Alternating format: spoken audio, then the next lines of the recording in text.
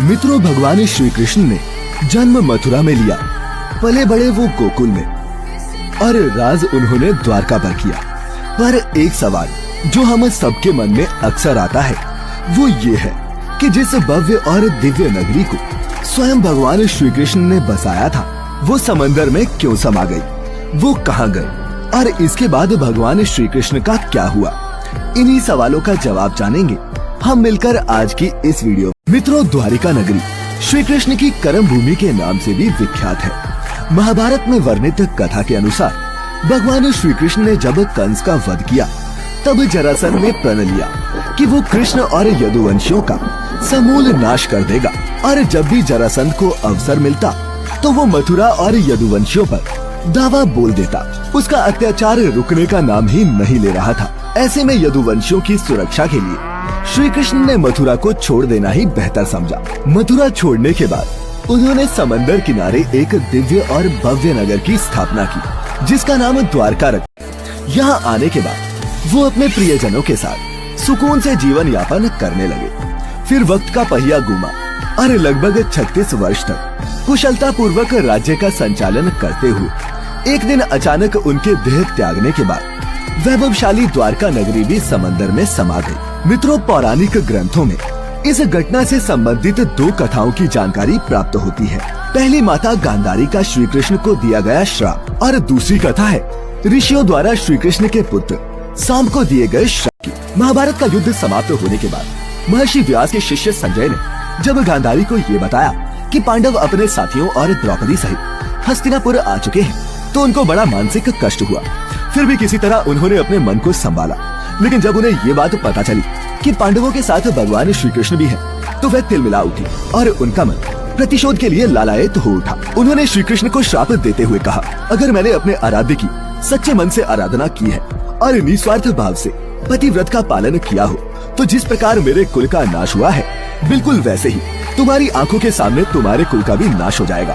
तुम्हारी ये आलीशान द्वारिका नगरी तुम्हारे सामने समंदर में डूब जाएगी। गांधारी के इतना कहने के पश्चात श्री कृष्ण मुस्कुराए और बोले, माता, मुझे इसी आशीर्वाद की प्रतीक्षा थी। मैं आपके इस श्राप को सहर्ष स्वीकार करता हूँ। और इसके बाद वो द्वारका की ओर। एक बार की बात है, महर्षि विश्वामित्र, कंद, देवर्षि नारद आदि द्वारका आए और वो भ्रमण पर निकले। वहाँ कृष्ण पुत्र सांब अपने साथियों संग मौजूद थे। उन लोगों ने ऋषियों के साथ मजाक करने की योजना बनाई, जिस क्रम में सांब को स्त्री का वेश धारण करके और उसे उनसे ये पूछना था कि मेरे गर्भ से क्या उत्पन्न होगा। ऋषियों ने जब देखा कि ये युवक हमारा अपमान कर रहे हैं तो क्रोधित होकर उन्होंने उसे श्राप दिया कि श्री कृष्ण का ये पुत्र वृष्णि और अंधक वंशी पुरुषों का नाश करने के लिए एक लोहे का मूसल उत्पन्न करेगा, जिसके द्वारा तुम जैसे क्रूर, अहंकारी और क्रोधी लोग अपने समस्त कुल का संहार करेंगे। भगवान कृष्ण और बलराम के सिवा सब लोगों पर उस मूसल का प्रभाव होगा। जब श्री कृष्ण को ये बात पता चली तो उन्होंने कहा, ये जरूर सत्य होगा। श्राप के फलस्वरूप ही सांब ने मूसल उत्पन्न किया। और जब ये बात राजा उग्रसेन को पता चली तो उन्होंने मूसल को चुराकर चुपचाप समंदर में फेंकवा दिया।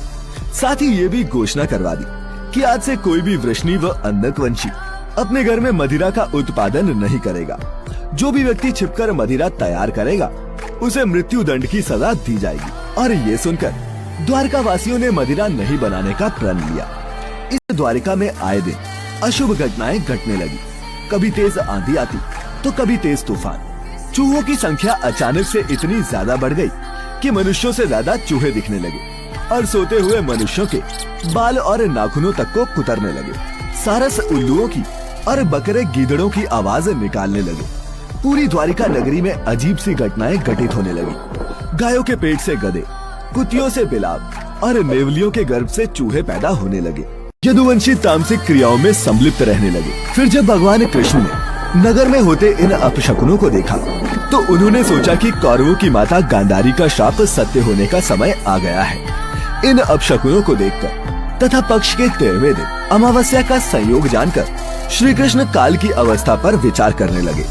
उन्होंने देखा कि इस समय वैसा ही योग बन रहा है जैसा महाभारत के युद्ध के समय बना था। और फिर गांधारी के श्राप को सत्य करने के उद्देश्य से श्री कृष्ण ने यदुवंशियों को तीर्थ यात्रा करने की आज्ञा दी। भगवान कृष्ण की आज्ञा से सभी राजवंशी समंदर के तट पर प्रभास तीर्थ आकर निवास करने लगे। प्रभास तीर्थ में रहते हुए एक दिन जब अंधक व वृष्णिवंशी आपस में वार्तालाप कर रहे थे, तभी सात्यकी ने आवेश में आकर कृतवर्मा का उपहास और अनादर कर दिया। कृतवर्मा ने भी कुछ ऐसे शब्द मुख से निकाल दिए जिनसे सात्यकी का क्रोध 7वें आसमान पर पहुंच गया और उसने कृतवर्मा का वध कर दिया। ये देख अंधक वंशियों ने सात्यकी को चारों ओर से घेर लिया और उन पर आक्रमण कर दिया। इस दृश्य को देखकर श्री कृष्ण के पुत्र प्रद्युम्न उनकी सहायता के लिए दौड़े। सात्यकी और प्रद्युम्न अकेले ही मोर्चा संभाल रहे थे, लेकिन अंधक वंशियों की संख्या अधिक होने के कारण उन्हें पराजय का सामना करना पड़ा और अंत में वो उनके हाथों मारे गए। अपने पुत्रों की मृत्यु से श्री कृष्ण को अत्यधिक क्रोध आया और उन्होंने एक मुट्ठी घास उखाड़ ली। जैसे ही घास हाथ में आती, वह लोहे का मूसल बन जाती। मित्रों, ऋषियों द्वारा दिए गए श्राप के कारण ही ऐसा हो रहा था। मूसल इतना ज्यादा शक्तिशाली था कि उसके एक ही वार से किसी का वध हो सकता था और इस प्रकार यदुवंशी आपस में ही युद्ध करके मरने लगे। श्री कृष्ण के देखते ही देखते सांब, चारुदेश, अनिरुद्ध और गद की मृत्यु हो गई। इसके बाद श्री कृष्ण का रौद्र रूप देखने को मिला और उन्होंने सभी सूरमाओं का वध कर डाला। अंत में श्री कृष्ण और उनके सारथी दारुक ही शेष बचे। भगवान कृष्ण ने दारुक से कहा, तुम इसी क्षण हस्तिनापुर जाओ और अर्जुन को सारी घटना विस्तार से बताकर उसको यहाँ ले आओ। दारुक ने उनकी आज्ञा का पालन भी किया। इसके बाद श्री कृष्ण बलराम को उसी स्थान पर रहने के लिए कहकर अपने महल वापस लौट आए और पिता वसुदेव को सारी घटना से अवगत कराया, जिसको सुनकर उन्हें बहुत दुख हुआ। श्री कृष्ण ने अपने पिता से बोला कि जब तक अर्जुन नहीं आ रहा तब तक स्त्रियों की रक्षा का दायित्व आप संभालिए, क्योंकि वन में बलराम प्रतीक्षारत है। मैं उन्हीं के पास जा रहा हूँ। नगर में स्त्रियों की चीख पुकार मचनी शुरू हो गई। ऐसे में श्री कृष्ण ने स्त्रियों को सांत्वना देते हुए कहा कि घबराइए मत, अर्जुन आने वाले हैं और वे सब संभाल लेंगे। इतना कहकर वे वन की ओर चल पड़े। जब कृष्ण वन में पहुँचे तो देखा कि बलराम जी समाधि में लीन हैं। अचानक ही उनके मुख से एक सफेद रंग का सर्प निकला और समंदर की ओर चला गया। मित्रों, वो कोई सामान्य सर्प नहीं था, क्योंकि उसके हजारों मस्तक थे। और इतना ही नहीं, समुद्र ने स्वयं प्रकट होकर उस शेषनाग का अभिवादन किया। कुछ ही देर में बलराम ने अपने शरीर को त्याग दिया। श्री कृष्ण उस सूने वन में अकेले विचरण करते हुए गांधारी के श्राप के बारे में चिंतन करने लगे और अपनी इंद्रियों को संयमित करते हुए महायोग की अवस्था में धरती पर लेट गए। तभी जरा नामक एक शिकारी अपने शिकार की तलाश में वहाँ आ पहुँचा। दूर से उसे लगा कि वहाँ कोई हिरन है और उसने बाण चला दिया, परंतु जब वह अपने शिकार को पकड़ने के लिए आगे बढ़ा तो वहाँ श्री कृष्ण थे। ये देखकर उसे बड़ा पछतावा हुआ। भगवान ने उस शिकारी को आश्वासन दिया और स्वयं परम धाम चले गए, जहाँ कई मुनि और देवताओं ने उनका भव्य स्वागत किया। फिर वो शिकारी हस्तिनापुर गया और पांडवों को पूरी घटना की जानकारी दी, जिसे सुनकर पांडव बड़े दुखी। दूसरी तरफ अर्जुन भी द्वारका पहुंच गए थे। वहां की स्थिति देखकर उनके मन को बड़ा क्षोभ हुआ।